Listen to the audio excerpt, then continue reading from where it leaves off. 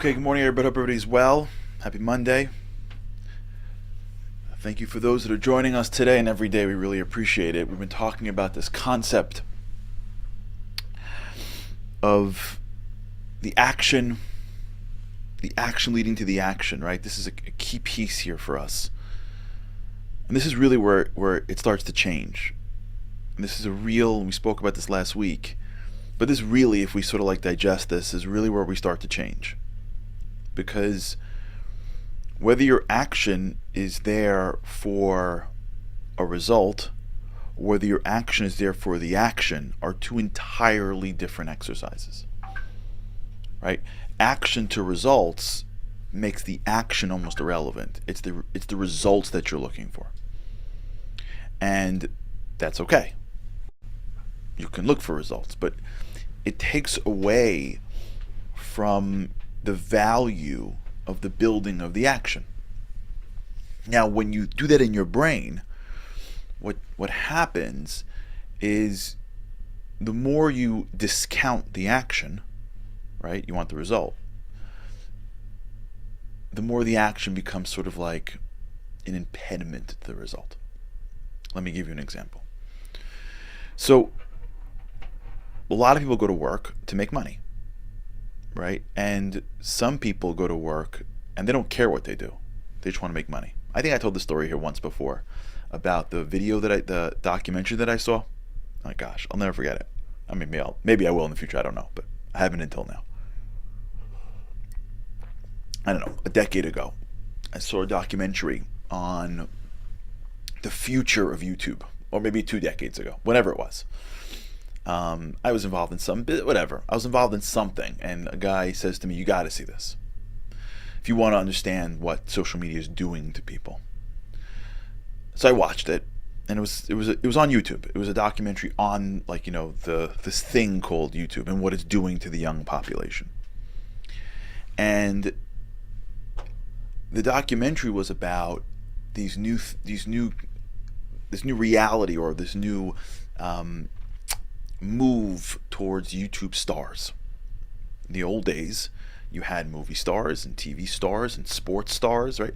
But now, YouTube has created and minted their own stars. So you never heard of these people, but they've got 5 million followers.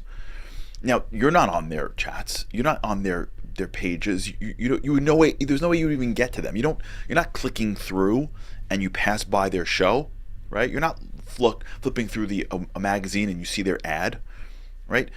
They're on the vast world of YouTube, but there just happen to be a channel somewhere that you know nothing about, but 5 million people know about it, right? And 5 million people tune in every time this person speaks.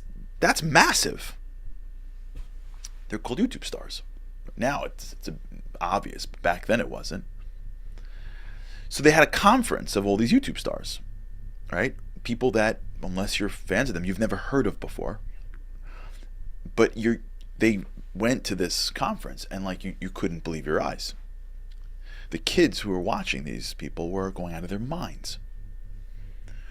So they interview the kids in the lobby, and they say, "What do you want to be when you grow up?" And one girl, I'll never forget, says, "I want to be a YouTube star. I want to be famous on YouTube." So the camera person said, "Famous for what?" And she said, "I don't care. I don't care what I'm famous for, as long as I'm famous and as long as I'm a YouTube star." And I remember watching this going, oh my gosh, this is the danger. Meaning the danger is that fame is being given to people without any real reason for their fame other than whatever they're going to do to get the fame. Now, this always happens. People always sell themselves. They'll always drug themselves. People will always do this for fame. There isn't a question. But a generation of people that have an access point to be able to do things for no other reason than just fame is, by definition, a scary proposition for them. This is the example of what I'm trying to get at. When the action is for the action, or when the action is for the result. And the reason why it's so critical is because if you want a result, the action becomes irrelevant, so you don't become good at anything. You chase something that has you constantly sacrificing to get some result that's really meant to be a manifestation of an action, right?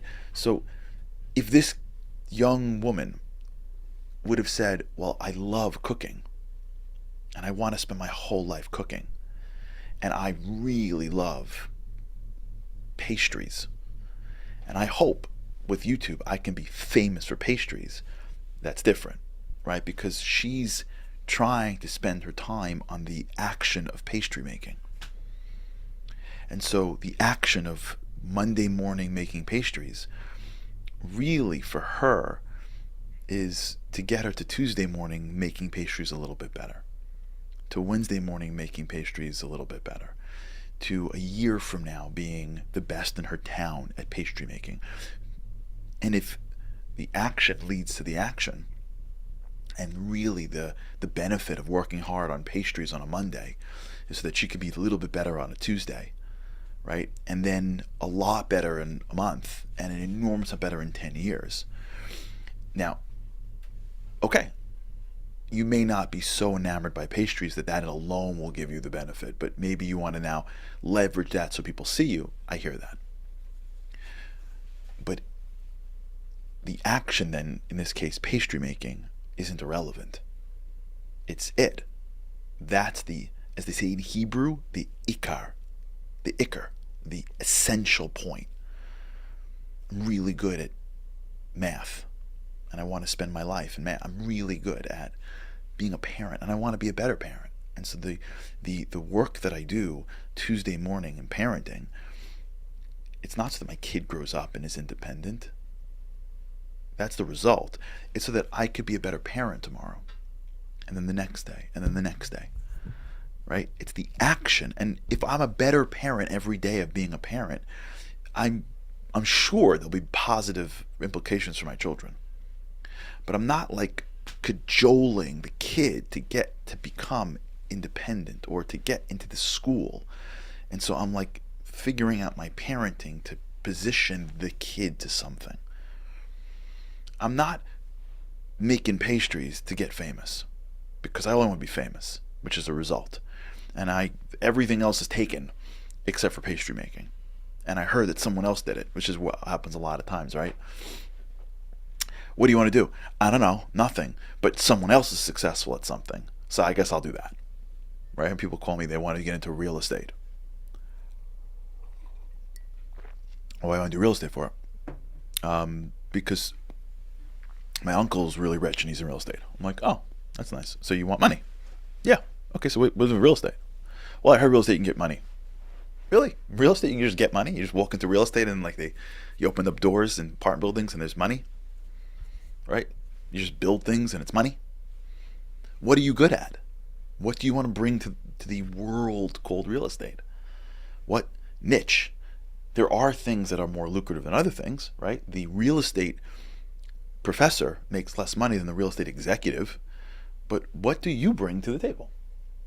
What's the action that you want to work on for a long time so that you get to be really good at something, so that you can bring value to this world that's not just generalist and you're not bouncing from idea to idea and job to job because all you're really looking for is money or a result or fame or social standing.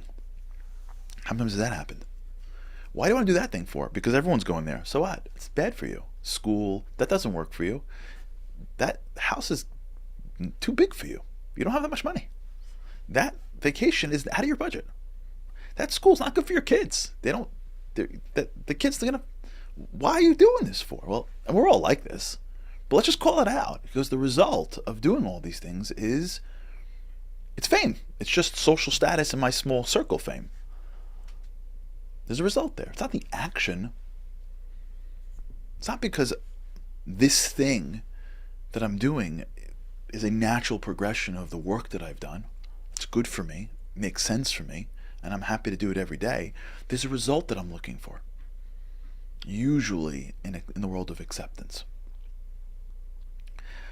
Now, when you're thinking through the habit, and we touched this last week, we'll do it again. Like we're not running, but when you're done with the action, ask yourself, am I just getting to the result? Because I'm just running to the result. I'm not gonna spend enough time on the action, so I'm not gonna be really good at it. I'm not gonna think through how to exercise properly, so I'm just trying to get to losing weight. So I'm really not going to be good at exercising, and I'm really not going to do exercising after a while, because either I'll give up on the whole weight thing, or I'll lose some weight and I'll be done with it, and I don't even enjoy it. I never really delved into it to really do it right, so I'm only trying to get to the result. When you do anything, especially if it's a resolution, you have to get to a place where the win is that you're a little bit better at the thing you're doing.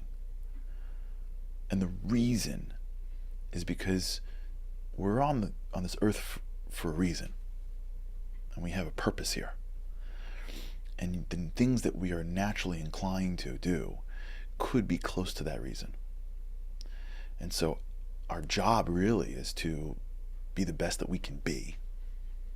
Action, not to try to control the things that we want to have, which is the result. All right, we'll talk about this. All right, everybody, have a great day. And with God's help, I cannot wait to see you again tomorrow. Have a great day. Living on a lifeline, the world doesn't ever seem to change. Looking for the sunshine, but you're caught up in the rain. It's like your eyes are wide open, but you cannot see. You're watching life pass you by like 1, 2, 3. Walking in destruction, the winds of life blur your vision. All the devastation, forever feels like you're on the run. It's time, no one else can set you free. You're locked inside, and only you have got the key.